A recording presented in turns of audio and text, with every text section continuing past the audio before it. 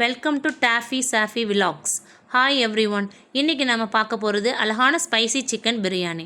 பிரியாணினாலே எல்லாருக்குமே ரொம்பவே ஒரு இஷ்டமான ஃபுட்டு தான். அதுலேயும் ஸ்பைஸியாக நீங்கள் செஞ்சு சாப்பிட்டிங்கன்னா இன்னுமே ரொம்ப டேஸ்ட்டாக இருக்கும்.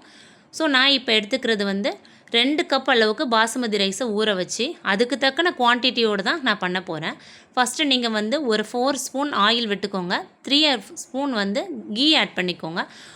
கீயோட குவான்டிட்டியை விட ஆயிலோட குவான்டிட்டி ஜாஸ்தியாக இருந்தால் கொஞ்சம் பிரச்சனை இல்லை. லாஸ்ட்டில் உங்களுக்கு கீ தேவைப்பட்டால் ஆட் பண்ணிக்கோங்க.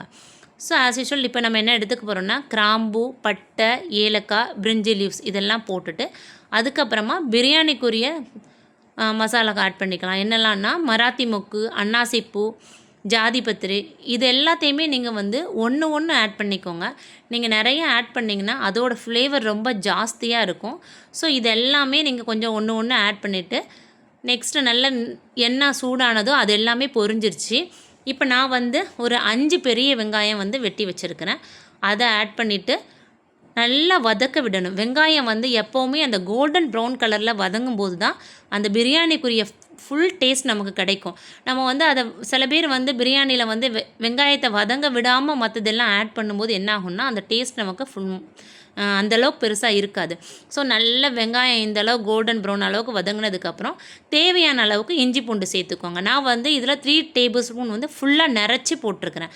எப்போவுமே நான்வெஜ்ஜுக்கு நீங்கள் இஞ்சி பூண்டு நல்லா கொஞ்சம் சேர்க்கும்போது ஃப்ளேவர் நல்லாயிருக்கும். ஸோ இஞ்சி பூண்டையும் சேர்த்து அதோட ரா ஸ்மெல் போகிற வரைக்கும் நல்லா வதக்கிட்டு அதுக்கப்புறமா நான் ஒரு 3 டேபிள் ஸ்பூன் தயிர் ஆட் பண்ணுறேன்.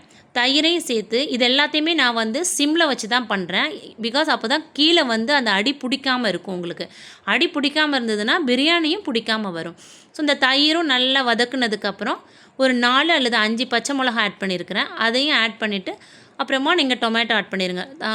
தக்காளி நீங்கள் எத்தனை ஆட் பண்ணணும் அப்படின்னா 3 or 4. ஒரு பெரிய சைஸாக இருந்தால் 3 ஆட் பண்ணிக்கோங்க. சின்னதாக இருந்தால் ஒரு 4 எடுத்துக்கோங்க. இப்போ நம்ம தக்காளியும் ஆட் பண்ணிவிட்டு நல்லா வதக்கி விடுறதுக்கு எப்போவுமே ஈஸியாக வதங்கிறதுக்கு ஆஸ் யூஷுவல் நம்ம சால்ட்டு நம்ம ஆட் பண்ணுவோம்ல அதையும் ஆட் பண்ணியாச்சு. அப்புறமா புதினா, மல்லி இந்த ரெண்டையுமே ஒரு கைப்பிடி அளவு எடுத்து இதை நல்லா வாஷ் பண்ணி தண்ணி வடிச்சிட்டு இதையும் உள்ளே போட்டுருங்க.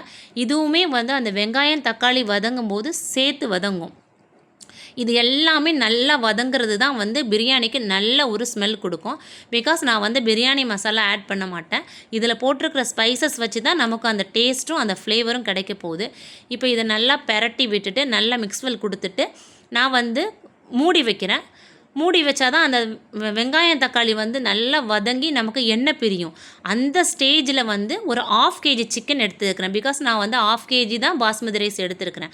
1/2 kg சிக்கனை நல்லா மஞ்சள் போட்டு கழுவி இப்போ நம்ம இதுக்குள்ளே ஆட் பண்ணியாச்சு.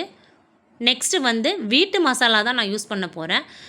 ஒரு 3 டேபிள் ஸ்பூன் வீட்டு மசாலா யூஸ் பண்ணிவிட்டு நெக்ஸ்ட்டு 1 டேபிள் ஸ்பூன் வெறும் வத்தத்தூள் யூஸ் பண்ணுறேன். ஏன்னா நான் கொஞ்சம் ஸ்பைஸியாக யூஸ் பண்ணுறதுனால. நெக்ஸ்ட்டு கரம் மசாலா ஆட் பண்ணுறேன். உங்களுக்கு ஸ்பைஸி நீங்கள் அவாய்ட் பண்ணணும் அப்படின்னா வத்தல் தூள் உங்கள் ஆப்ஷன் தான். நெக்ஸ்ட்டு தேவையான அளவுக்கு சால்ட் ஆட் பண்ணியாச்சு. இப்போ இது எல்லாத்தையும் நல்லா ஒரு மிக்ஸ்வெல் கொடுக்குறோம். இது எல்லாத்தையும் நல்லா மிக்ஸ் பண்ணிடுங்க. கீழே நான் சிம்மில் வச்சு பண்ணுறதுனால நீங்களே பாருங்கள் கீழே அந்த அளவுக்கு பிடிக்காது. இது கொஞ்சம் டைம் எடுத்து பண்ணால் கொஞ்சம் டேஸ்ட்டாக இருக்கும். இந்த வதக்கல் இது மட்டும் நீங்கள் கொஞ்சம் டைம் எடுத்து பண்ணுங்கள். நெக்ஸ்ட் இதெல்லாம் கொஞ்சம் வதங்கினதுக்கப்புறம் நான் ஒரு 3 டம்ளர் வாட்டர் ஆட் பண்ணுறேன். இப்போ இதெல்லாத்தையும் நல்லா மிக்ஸ் பண்ணிவிட்டு இது ஒரு விசில் விடுவேன் நான். உங்களுக்கு சிக்கன் நல்லா வேகணுன்னா ஒரு விசில் விட்டதுக்கப்புறம் நீங்கள் ரைஸ் ஆட் பண்ணுங்கள். இல்லை அப்படின்னா நீங்கள் அதிலே ஆட் பண்ணிடலாம். ஓகே, இப்போ நம்ம இது ஒரு விசில் விட்டுடலாமா?